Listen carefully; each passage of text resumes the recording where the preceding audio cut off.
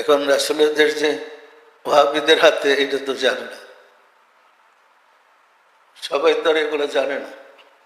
সম্মানিত আশিক রাসূলেরা, হজের মাস এসে গেছে, হয়তো আর কিছুদিন পরেই হজ শুরু হবে।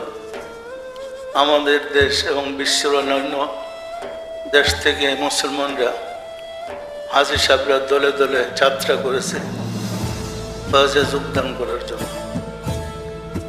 হজের উদ্দেশ্যটা কি ছিল সে সম্বন্ধে আমাদের জানার দরকার।